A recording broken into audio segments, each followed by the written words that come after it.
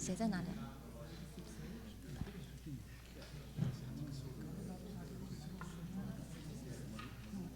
？Okay, if anybody need to write down your question, we have a standard question sheet in the back. So please go get them.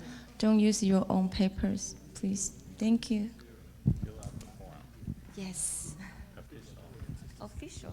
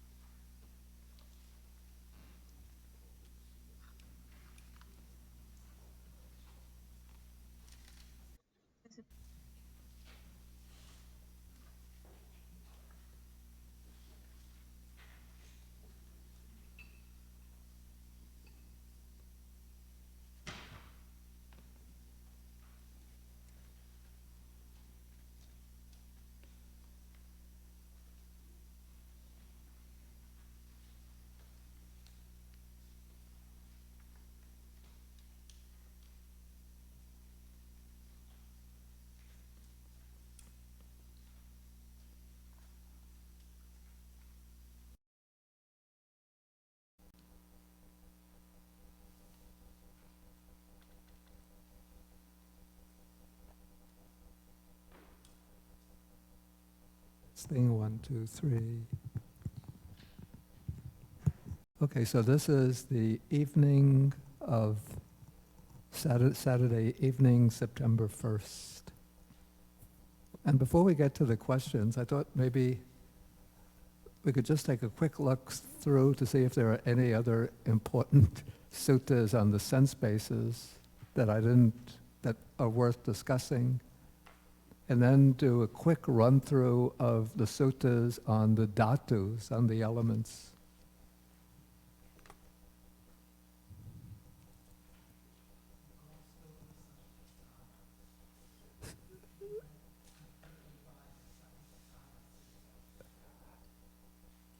Yeah, there's nothing, I have to say that there's nothing there that's not already covered in some of the other suttas that we looked at.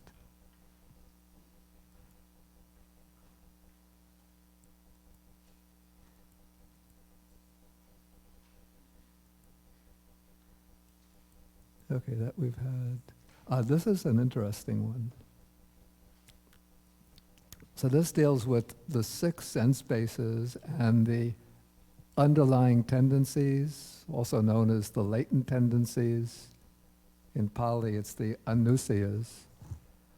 Okay, so and then this relates to a question that came up, I think, yesterday, or was it this morning, about the relationship between ignorance and neutral feeling. Okay, so dependent on the I and forms, I consciousness arises. The meeting of the 3 is contact. With contact as condition, there arises a feeling felt as pleasant, painful, or neither painful nor pleasant. So those are the 3 kinds of feelings. Okay, so now the text continues. When one is touched or affected by a pleasant feeling, if one delights in it, welcomes it, and holds to it, then this underlying tendency to lust lies within one. But actually what I would say is that this underlying tendency to lust is activated. It becomes active. Because when there's a pleasant feeling, then the natural tendency is for this craving and enjoyment to arise in regard to the pleasant feeling. So that underlying tendency to lust is sort of something that lies along with the stream of the mind. So it's always there at some level below the surface with the potential to become active. And so when one encounters a pleasant object that sets off a pleasant feeling, then one tends to delight in it and to hold to it. And so that shows how this underlying tendency, this latent tendency to lust or attachment, has now been woken up. It's become activated. And so one then continues to cling to that pleasant feeling. Okay, when one is touched by a painful feeling, then if one becomes sorrowful, weeps, beats one's breast, and becomes confused, that shows that the underlying tendency to aversion or ill will has now been activated.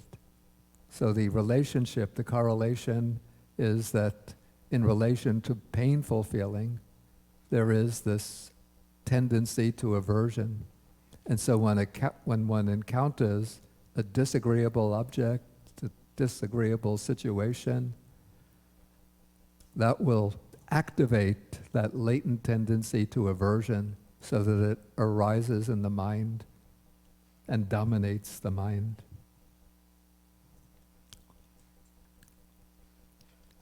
Okay, then when one is touched by a feeling that's neither painful nor pleasant, if one doesn't understand it as it actually is, that is by way of its origination, disappearance, that's by way of its arising and ceasing, by way of the gratification, the enjoyment in it, the danger in it, the danger being that it's impermanent, unsatisfactory, subject to change, and then the escape from that feeling. The escape is the putting away of attachment to it. Okay, in that case, the underlying tendency to ignorance, which has been lying within one, is now activated.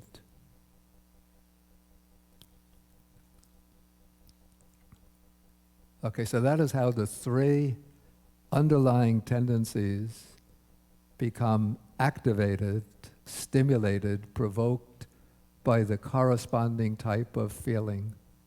Pleasant feeling with lust, painful feeling with aversion, and this neutral feeling with ignorance. And those feelings arise based on contact through the 6 sense bases.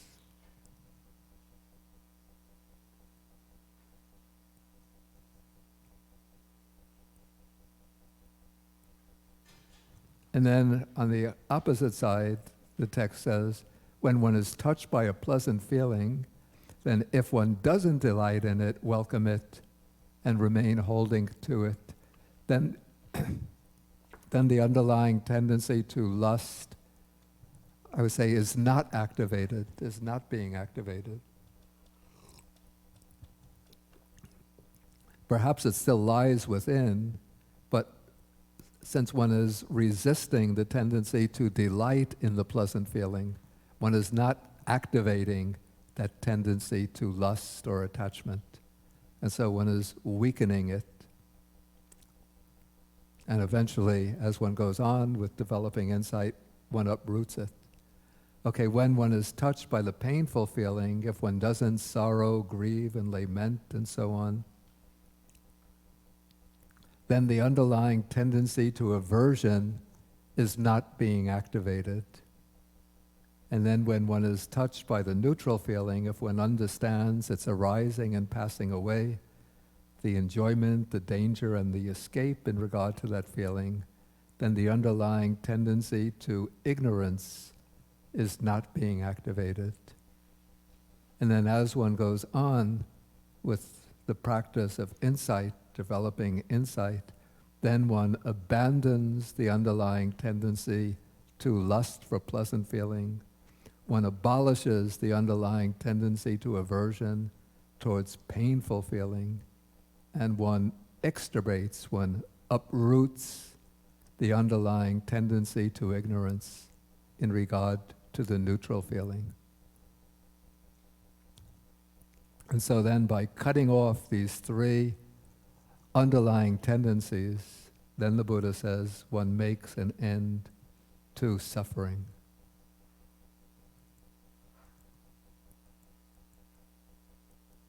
Actually, I thought I would go through this material so quickly, so I included a lot, more than I need. Okay, let's just then take now a quick look at the suttas on the elements.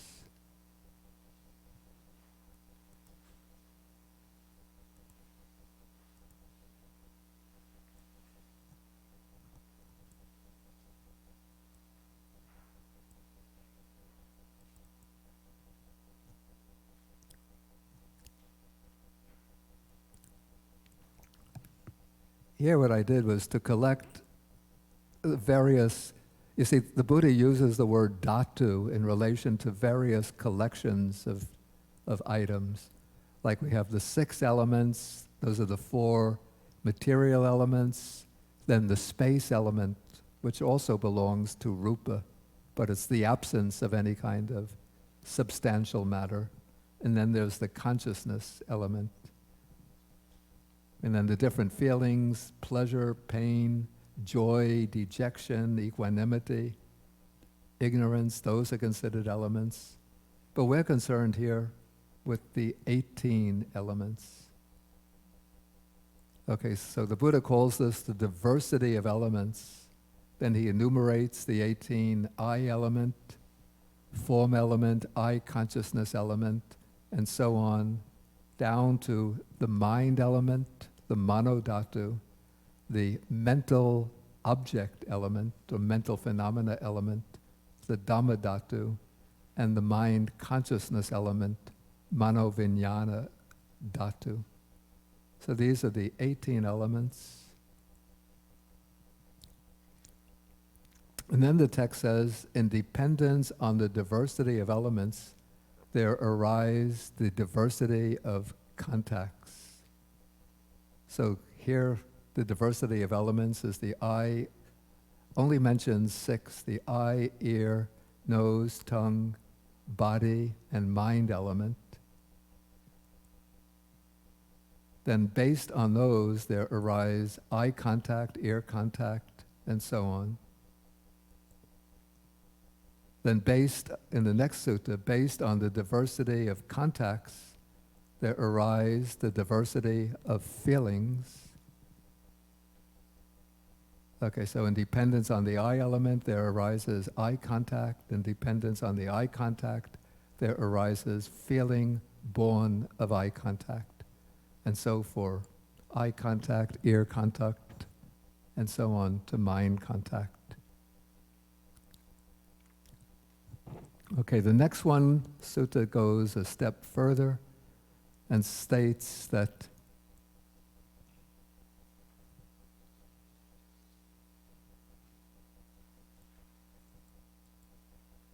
oh, I'm sorry, I skipped over. Okay, in dependence on the diversity of elements, there arises the diversity of contacts. Then in dependence on the diversity of contacts, there arises the diversity of feelings. So all of that we've been seeing in the other suttas that we've covered.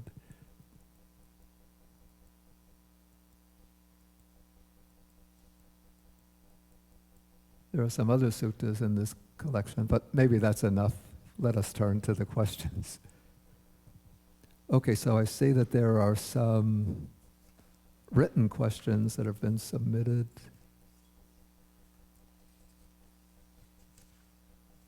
Shuffle them up.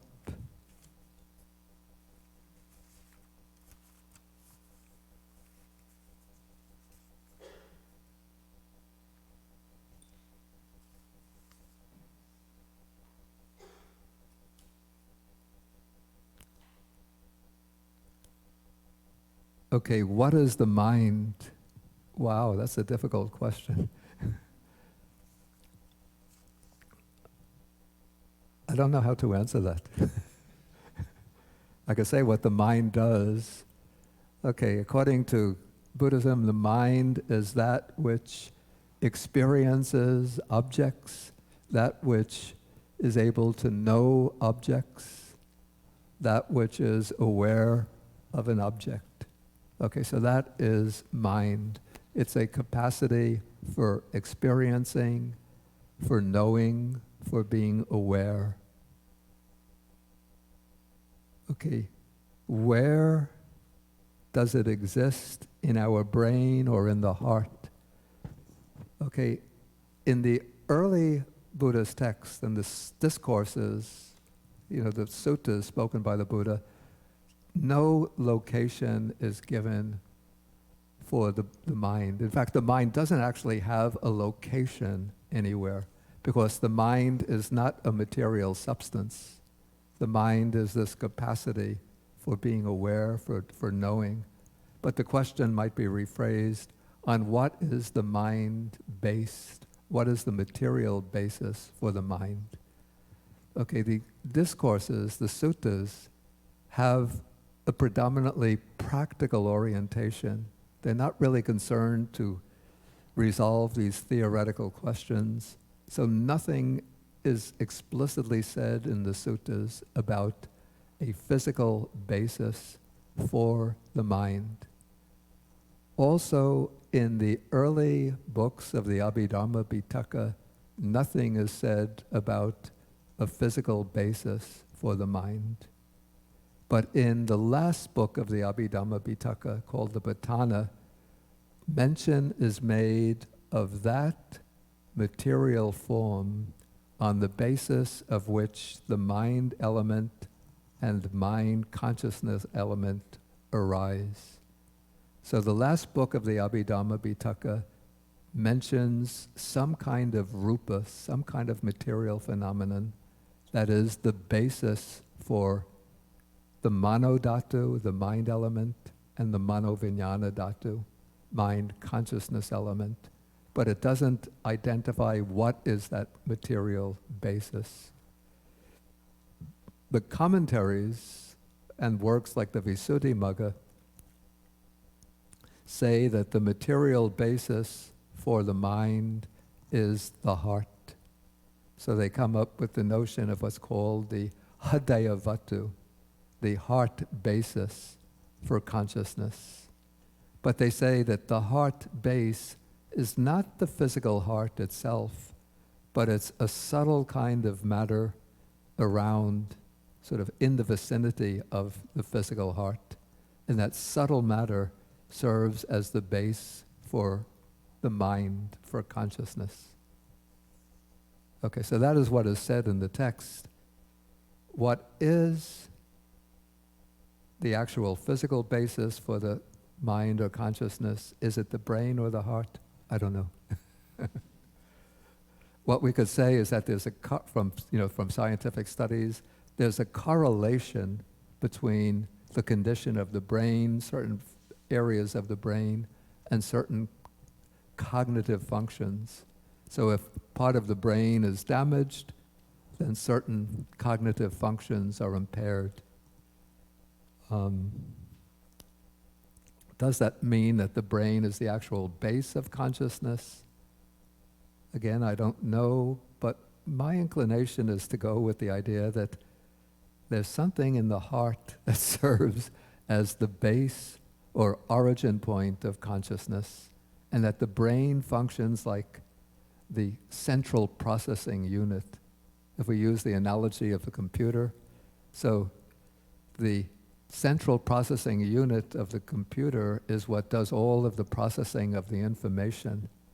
But is the central processing unit the source for the power of the computer by which it's able to function? No. There's some other source that provides the electricity. Let's say we don't have a power outlet, so we're relying on the battery. The battery is the source of the power, but then the processing unit processes the information. So we might say that the brain is like the central processing unit, the heart is the source of consciousness. But that's my personal opinion. Okay, what happens when we go into deep sleep? Okay, when we go into very deep sleep where no dreaming is taking place, according to the Buddhist commentaries, what is occurring there is the flow of the bhavanga consciousness that I spoke of this morning. So that is the passive flow of this underlying stream of consciousness in which there's no active thoughts, no processing of information, but it's just a deep, quiet flow of a kind of underlying substratum of all mental activity. And then are dreams the reflection of the mind? Yeah, we could say that the things that happen to us during the day somehow get, absorbed into the mind, and then often they play back as in the form of dreams.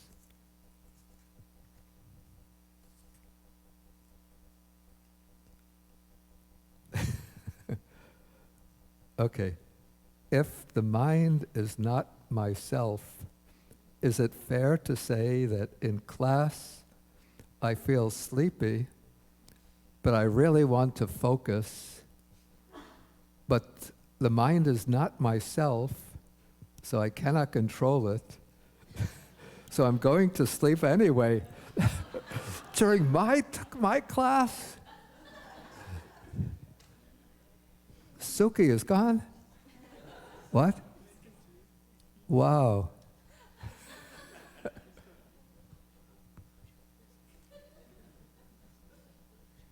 Okay, so I can't control it, so I'm going to sleep anyway. So what is the right way to train the mind? I guess to train the mind so if you feel sleepy, you don't fall asleep. I have to confess I've had that problem myself.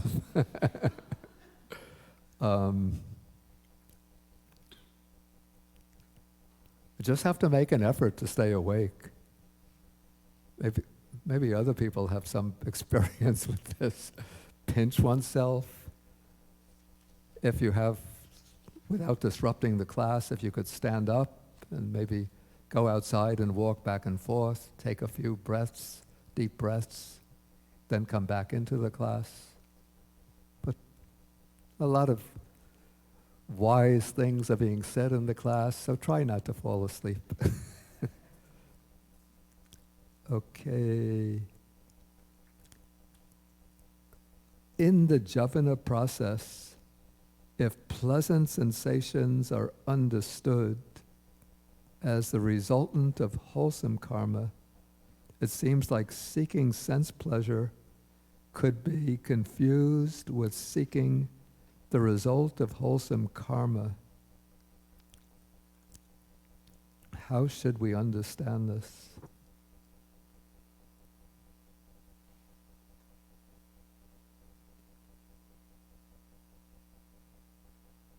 Okay, let us put it this way. When wholesome karma produces its results, it produces its results in the form of what is called the wholesome resultant. It could be wholesome resultant eye consciousness, ear consciousness, nose consciousness, tongue consciousness, body consciousness. So those are the 5 kinds of sensory consciousness that are the results of wholesome karma. And those types of consciousness have an agreeable object. The agreeable object is appearing to the mind or to those types of consciousness through the maturing of wholesome karma from the past.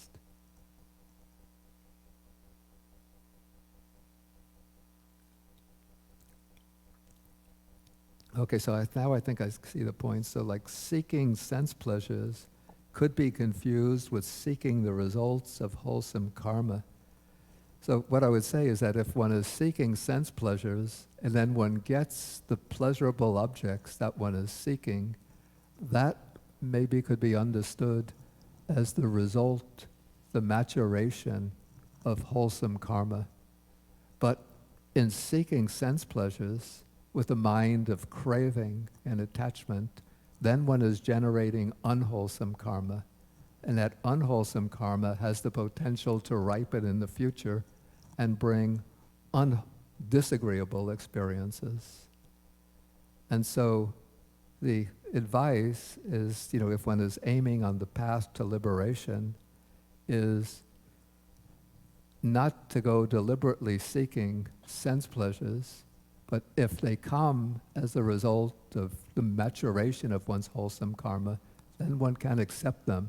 The Buddha doesn't say that one has to avoid all pleasant experiences, but one doesn't go seeking them with craving and grasping and clinging and attachment. But when they come, one can enjoy them with a kind of detached mind and just recognize that this is the ripening of my wholesome karma. And then at the same time, one seeks to develop the path that breaks the attachment to sensual pleasures.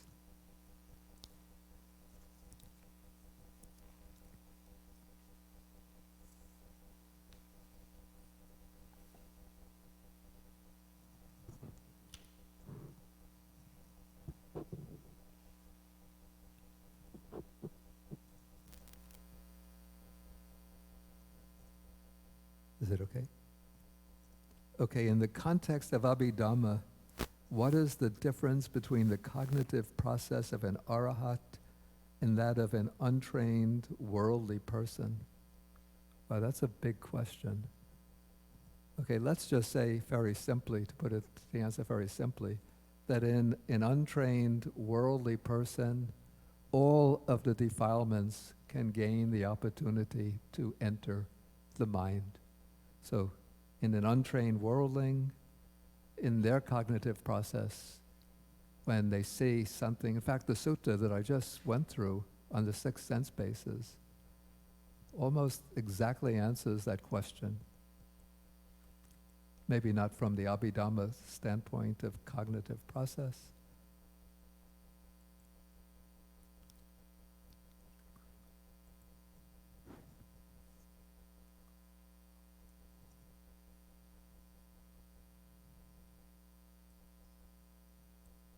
Okay, so we could say that the untrained worldling is one who delights in pleasant feeling, has aversion towards painful feeling, and has ignorance towards the neutral feeling.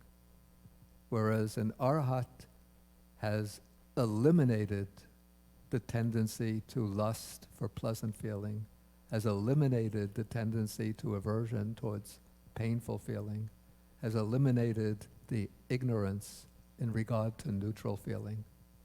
And so the worldling will be overcome by these defilements or underlying tendencies, and then through the motivations of those underlying tendencies will indulge in unwholesome conduct of body, speech, and mind. Whereas the arhat, because the mind is completely purified right down to the very bottom of the mind, there's no opportunity for defilements to arise, no unwholesome conduct. All of the conduct of body, speech, and mind will be pure.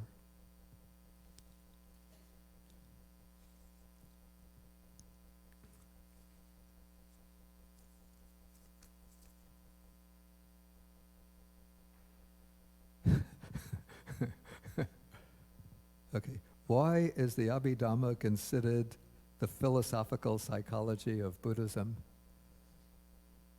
Okay, I gave that title to the Comprehensive Manual of Abhidhamma in order to make it attractive. On the one hand, to make it attractive to people who are interested in philosophy, so they'll buy the book. And to make it attractive to people who are interested in psychology, so they'll buy the book. No, I'm joking. But I did give the title The Philosophical Psychology of Buddhism So we could say that in a way the Abhidhamma, as we could see, it has a psychological aspect, since it takes as its primary, at least one of the primary spheres of investigation is the mind, the workings of the mind, the factors of the mind, what are the processes through which the mind goes. So that is the psychological aspect. But then it's not just pursuing it purely as a psychology, like Western psychology, but it's doing this from within the framework of, maybe we call it Buddhist philosophy. So the idea that we are in a condition of spiritual bondage because of our ignorance, and that there's some kind of world-transcending goal towards which we should be aspiring, nibbana or liberation, and that there's a path that leads to that goal. And then the Abhidhamma also has sort of underlying philosophical principles or premises like conditionality, that phenomena, that the mind is not just studied and sort of analyzed into its constituents, but one looks at it from the standpoint of how different mental factors are conditioned for other mental factors. One looks at the interrelationship between mental acts and the body, the relationship of bodily form to the mind and mental acts. So all of that is somewhat philosophical.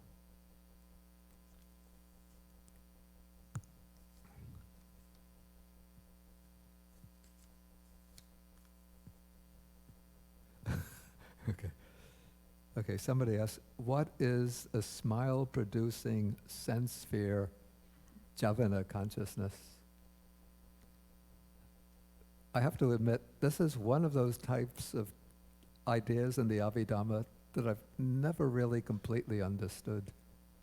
But it's said that there is a particular type of citta, or consciousness, that arises only in arahats, by which they smile at sense sphere phenomena. Sort of that's the formal definition of the smiling consciousness.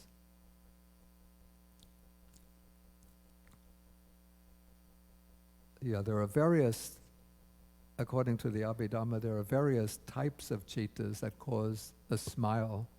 So I think it's on the unwholesome side, cittas rooted in greed, accompanied by joy, will cause a smile. So when we're enjoying something, some sense pleasure, then with a lot of joy, then we smile and we laugh over it. And then on the other side, there are the sense sphere wholesome cittas, which produce smile. When we're in, say, a mood of loving kindness, we have a smile. When we're rejoicing in, say, listening to the Dhamma, practicing the Dhamma, we'll smile. You see, the Buddha always has a delicate smile on his face. So it's that sense sphere wholesome citta that produces smiles. And also in the Arahat, there are corresponding cittas with roots, the wholesome roots that produce the smile. But there's that one citta which is said to be rootless. It doesn't have the beautiful roots, but it produces the smile in arahats. Yeah, that's all I can say about it.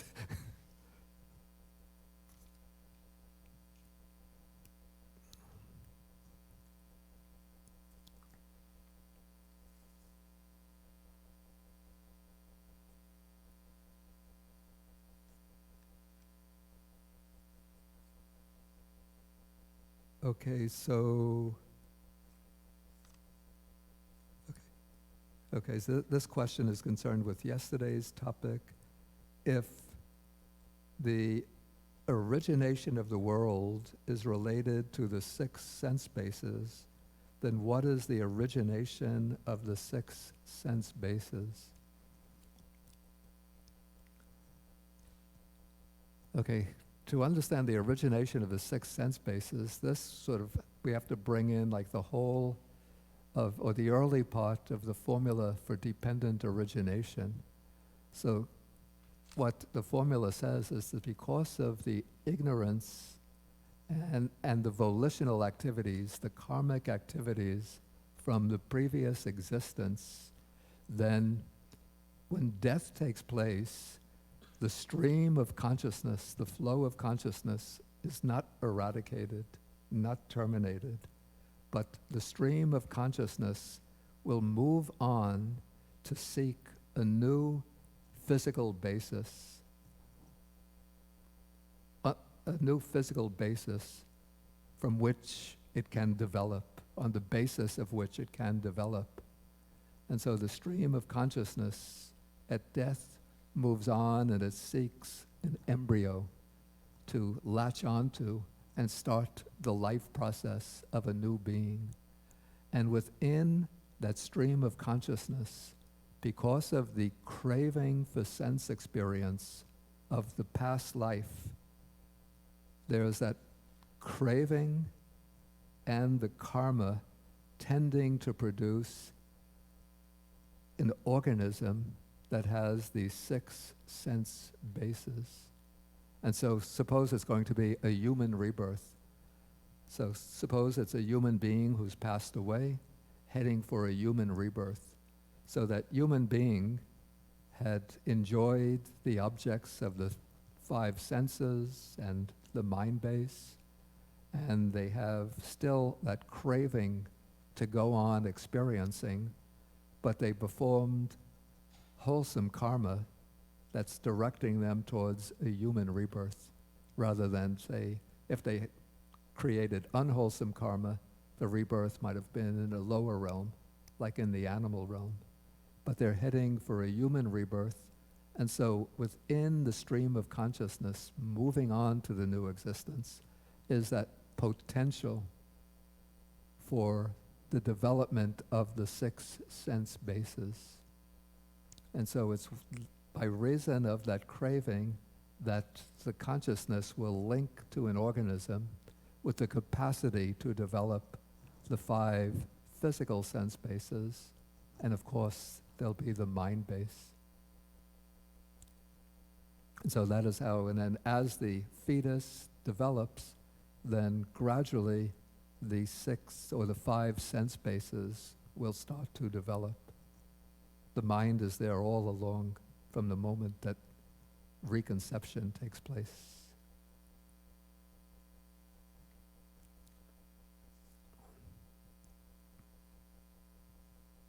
Let's take the shorter ones. This looks complicated. Okay, a practical question.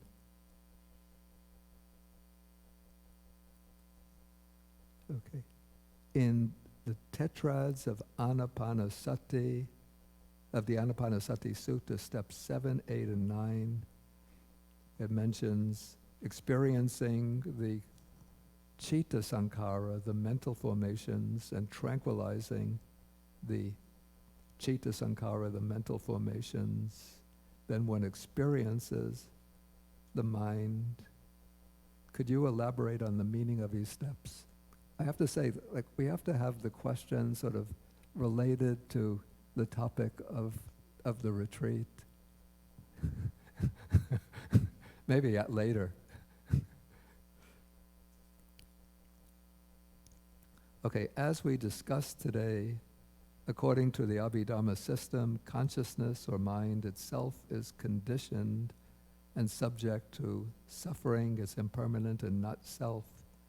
In the suttas, there seems another way of using the term citta, presenting the mind as the main object that can be stabilized and turned in a way to perceive the ultimate truth. Oh, I see, then there comes a quotation. With the mind concentrated, purified, and cleansed, he applies and directs his mind to the knowledge of the destruction of the corruptions, and then through knowing and seeing, his mind is delivered. So mind liberation occurs more or less entirely in the mind. Can you please elaborate more on the general usage of citta in the suttas? Is there a discrepancy I think the point is there a discrepancy between the conception of the mind in the suttas and in the Abhidhamma?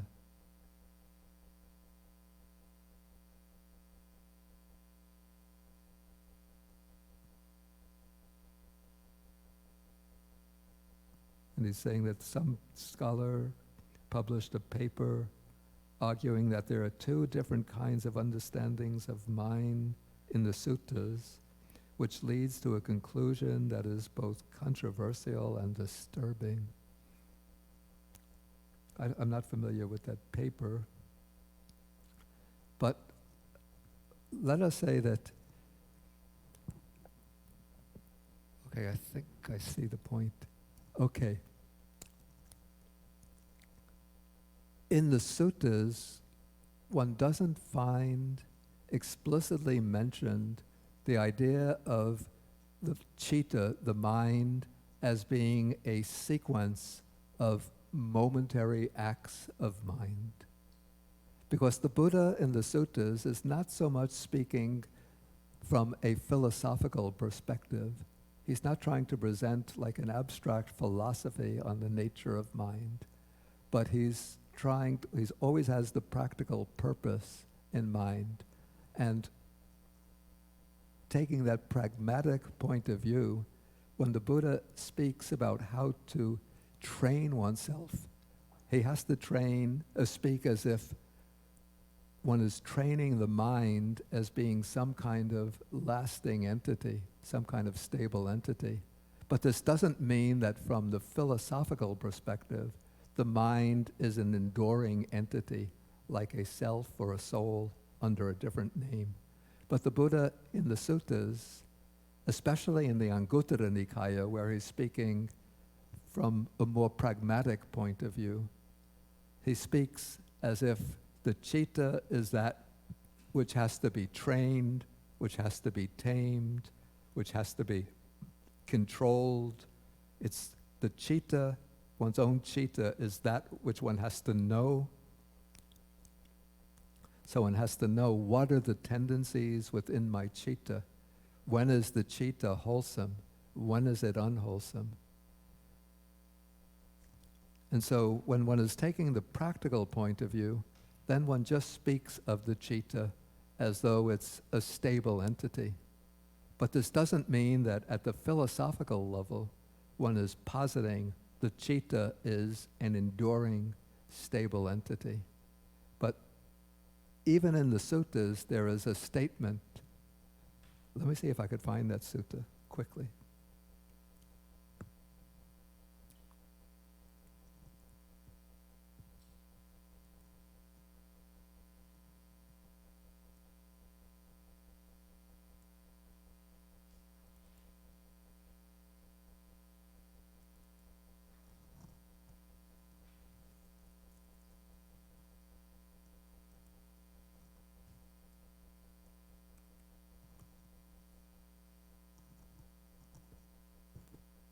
Okay.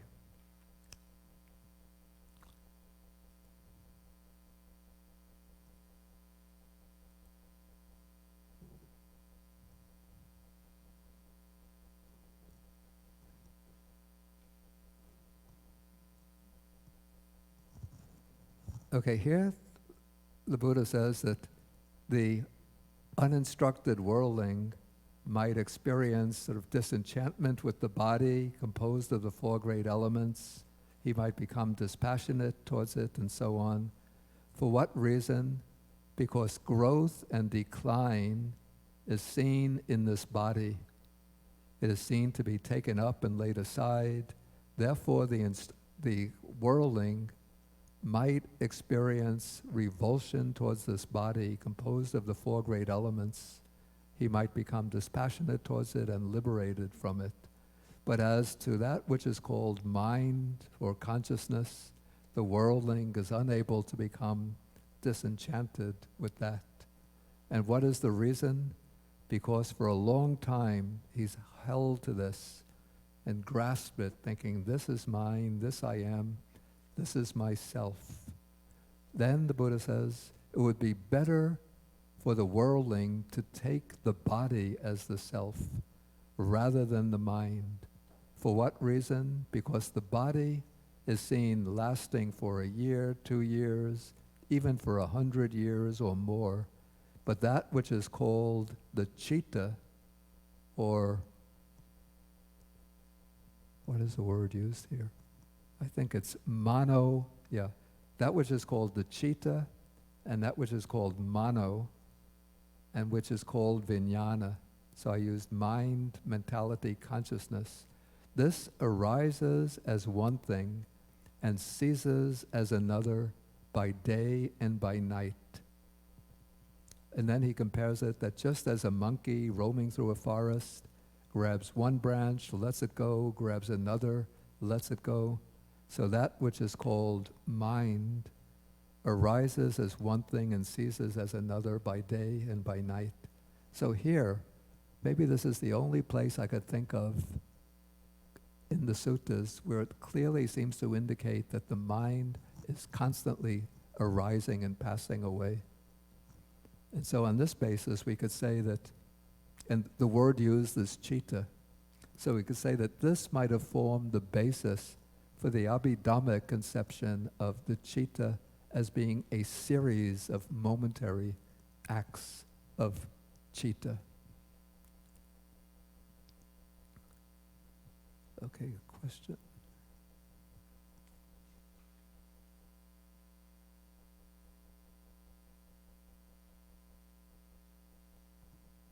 Okay, a question about the Kotita Sutta, which we looked at this afternoon. Does this mean that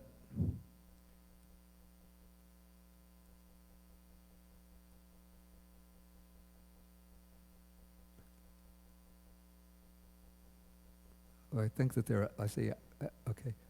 How to apply this to someone who is blind or deaf without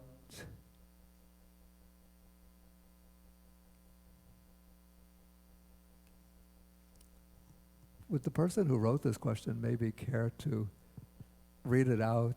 Because I see that different parts have arrows leading here and there, and I'm not quite sure how to reassemble.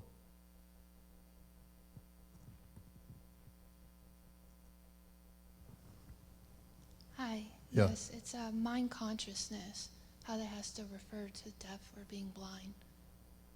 Like if you can't see, Okay, or if you can't hear. okay. Okay, so what happens to those types of consciousness? Yes. Okay, so if the eye is impaired so that it can serve as a basis for eye consciousness, so in that case, eye consciousness doesn't arise. That is in somebody who's completely blind. And if the air has been impaired so that there's no capacity for hearing at all, then ear consciousness doesn't arise. Yeah, that's just it, yeah. Does it make everything else stronger? Does it make The other senses, things stronger? Yes. From what I understand, of course, I don't have special knowledge of this, and it's not something discussed in the Abhidhamma, but there have been, I guess this is how people who are blind are able to use their sense of touch to read Braille, because the sense of touch must become much more sensitive, so that like if I touch something, because I'm so dependent on sight, so I don't feel textures so clearly and distinctly. But somebody who's blind, I guess the other senses will become sharper, and so they're able to, to navigate their way through depending on the other senses. Thank you. But that's more a matter for somebody who's done scientific studies on that area rather than somebody who's a specialist in the Abhidhamma.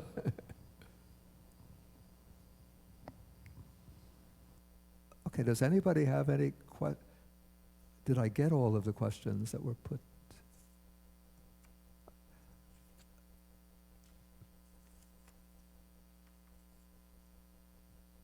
I see I missed. Do you think jhana is necessary for stream entry? Again, that's not really directly relevant to this course here. Can a stream enter experience Okay, I give my opinion, I won't give an argument for it.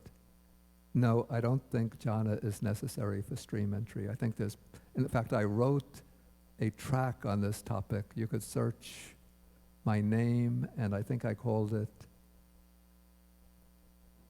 what did I call it?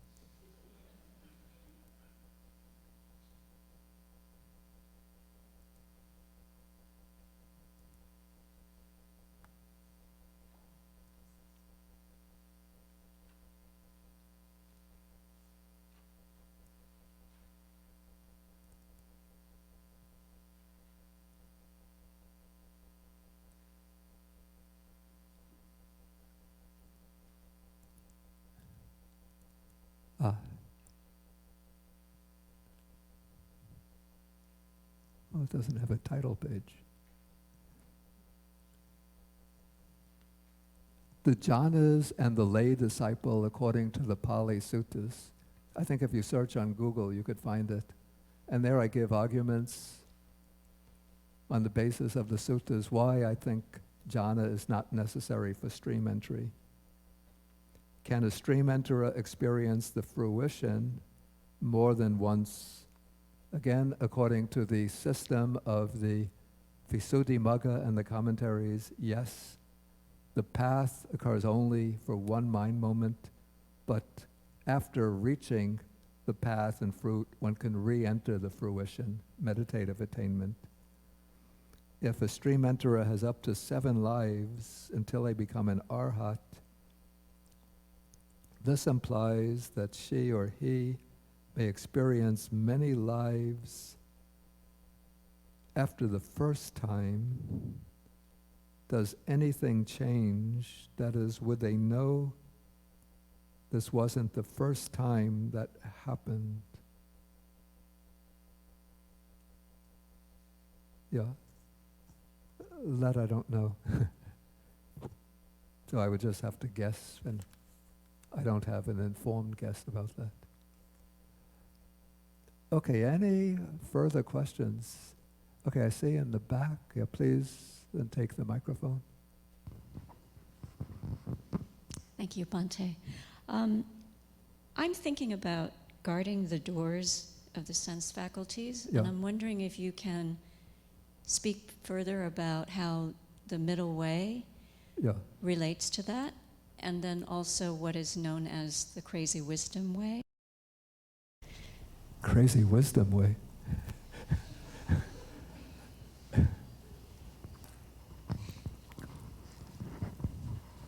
Okay, guarding the sense doors is part of the middle way, in that the middle way is said to be a way of training the two extremes. The two extremes, one is indulgence in sense pleasures, and the other is self-mortification. Okay, so one who doesn't guard the the doors of the senses will be inclined to indulge in sense pleasures, just randomly and without any restraint. And one point I should make that's very important, that the teaching on restraint of the senses is teaching that the Buddha gave for monastics. So he doesn't expect lay disciples to restrain the senses from enjoying sense pleasures in the same way that monastics are expected to do so. What the Buddha teaches as compulsory for the lay disciples is to kammesu michachara veramani, to abstain from misconduct in regard to sensual pleasures, and that's especially sexual pleasure, to avoid any kind of sexual activity that transgresses the bounds of morality. For example, committing adultery. In the Buddha's time, it would have been having sexual relations with, well, even today we would say people who are below the legal age, seduction, rape, and such kinds of activities. Okay, so for lay disciples, abstaining from misconduct in regard to sensual pleasures, for monastics restraining the senses in order to, especially for the higher development of the mind. Of course, if a lay person wants to practice the way of meditative development somewhat on the model of a monastic, they would also exercise restraint of the senses. Okay, so restraint of the senses is part of the middle way because it avoids freely and without any restraint indulging in the pleasures of the senses, and it avoids the type of extreme ascetic practices that the Buddha himself had experimented with and then rejected. So in that way, this restraint of the senses is part of the sequential monastic training that leads from observing the precepts to restraint of the senses, mindfulness and clear comprehension, abandoning the hindrances, and then developing serenity or samatha and vipassana to liberation. Okay, as for crazy wisdom, what is meant by crazy wisdom?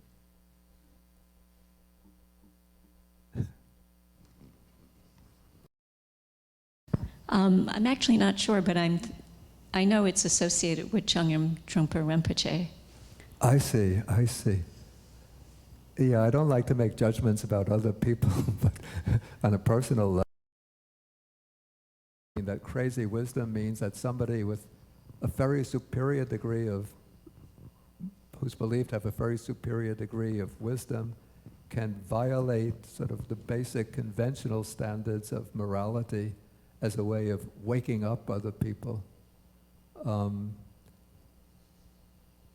In the particular system of Buddhist training that I follow and accept, that kind of conduct is, I don't want to pass judgment on it, but it doesn't have a place in the system that I follow, which emphasizes increasing one's sanity rather than, let's say, gaining a rather sane and sober type of wisdom rather than a crazy wisdom through violating the conventional standards of morality.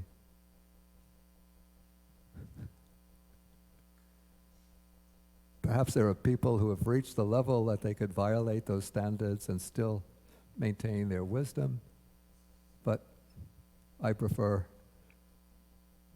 the rather plain, simple, dry, sober, boring type of wisdom. Okay, any further questions? Okay, Punika? Oh, I see somebody back there. Thank you, Ben. It's a question for clarification. If I hear it correctly, you mentioned earlier today that in Abhidhamma, it takes all consciousness in the mind base. Did I hear it correctly? Yeah, that is correct. And then in the sutta, these consciousness, the I and form, are distinct from the I and form are the basis for the arising of I consciousness, which is distinct from the mind consciousness. Yeah. So then my questions then... Yeah, but let me just clarify. Okay, in the Abhidhamma, sort of the premise is that all of the dharmas, all of the phenomena spoken about in the suttas fit into the 12 sense bases. Okay, so we have the 5 physical senses, no problem, they're clear enough. The 5 objects of the senses, clear enough, no problem. So then we have the mind base and the Dhamma base. And yet we have in the suttas all of these types of 6 types of consciousness are spoken about. So where do they go? They have to go someplace in the 12 sense bases. We're not going to put them into the eye base or the visible form base. So they go into the mind base. And then the aggregates of feeling, perception, volitional activities go into the Dhamma base, the Dhammayatana. Yeah, so that is correct. You also mentioned that actually how the Abhidhamma look at this and how the Sutta look at this or talks about it is contradicting. Did I get that? Or I wouldn't say misheard? that it's contradictory. But different. It's a bit different in that when they speak about the 6 internal sense bases and the 6 external sense bases, they're treating them as the bases for consciousness, for the corresponding types of consciousness. So the internal sense bases are the doors for consciousness. The external sense bases are the objects. And so from the sutta standpoint, the consciousness, the 6 vijnanas, are not included in the 12 sense bases, but they arise based on the 12 sense bases. Yes. And then understanding, what is the implication for practice? Meaning, for example, meditation practice or practice in general. Yeah, it seems to me that the suttas for practice because it shows how consciousness arises on the basis of an internal organ or a sensory organ and an object. And so that gives us a clearer understanding of the conditioned nature of consciousness, and because we could see how the sense base and the object are impermanent, then we could understand the impermanence of consciousness more easily, and also the conditioned nature of consciousness. And then I thought that's what I saw. Okay, yeah, Punika.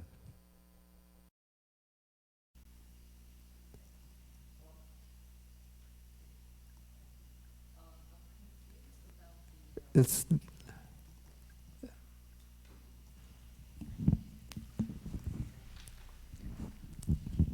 I'm confused about the elements. the elements? Yes, that you spoke about before. Now, I understand the primary elements, earth, water, fire, air, but I don't understand the concept of diversity of elements related to the 6 sense bases, the 6 internal sense bases, and the 6 external sense bases. So what's the definition of the I element? What is that Okay, word the element? I element is basically the same thing as the I base. It's the sense, it's the sensitive matter of the eye, sensitive matter, excuse me, sensitive matter of the ear, nose, tongue, the sensitive matter spread. Yeah, so those are the 5 sensory elements. They're the same as the 5 sense bases. Okay. It's just that different words are being used for them. Maybe because a different sort of, different metaphor underlying it, different purpose in the teaching. But similar They're the meaning. same. They're meaning. exactly the same. Oh, okay. The only difference comes in that the manayatana, the mind base, in the scheme of the 12 bases, then gets broken up into 7 types of consciousness. Mm-hmm. So we have the 5 types of sensory consciousness, and then we have the manodhatu, which in the Abhidhamma is the 5-door adverting consciousness, 2 types of receiving consciousness. Mm-hmm. So the 5 types of sensory consciousness, which are twofold, unwholesome resultant, wholesome resultant, and then the 3 that make up the manodhatu, the 5-door adverting and the 2 types of receiving consciousness, then all of the other types of consciousness are the mano-vijnana dhatu. So so what diversity of elements Because, relative yeah, to... because the sense base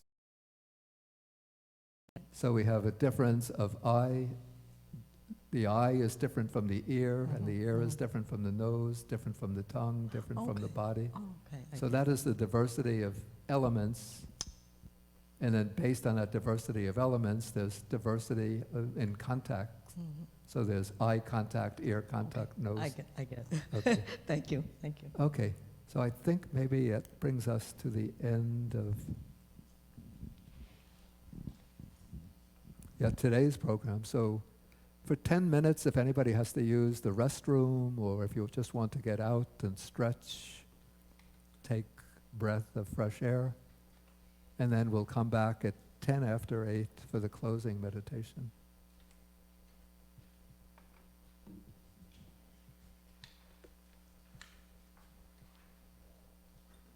And let us end with we should end with 3 half bows to the Buddha.